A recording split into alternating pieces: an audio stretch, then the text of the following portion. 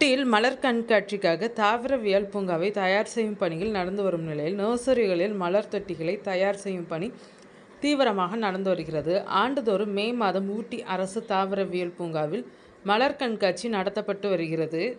இதனை காண வெளிநாடுகள் மற்றும் வெளிமாநிலங்களிலிருந்து ஏராளமான சுற்றுலா பயணிகள் வந்து செல்கின்றனர்.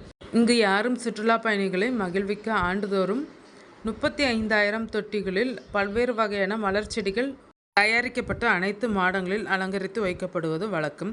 கோடை சீசன் துவங்கிய நிலையில் மலர் கண்காட்சிக்காக தற்போது பூங்காவை தயார் செய்யும் தீவிரமாக நடந்து வருகிறது.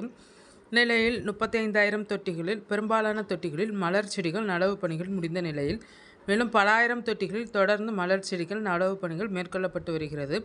குறிப்பாக பூங்காவில் உள்ள நர்சரிகளில் பல ஆயிரம் மலர் தொட்டிகள் தயார் செய்யும் பணிகள் நடந்து வருகிறது.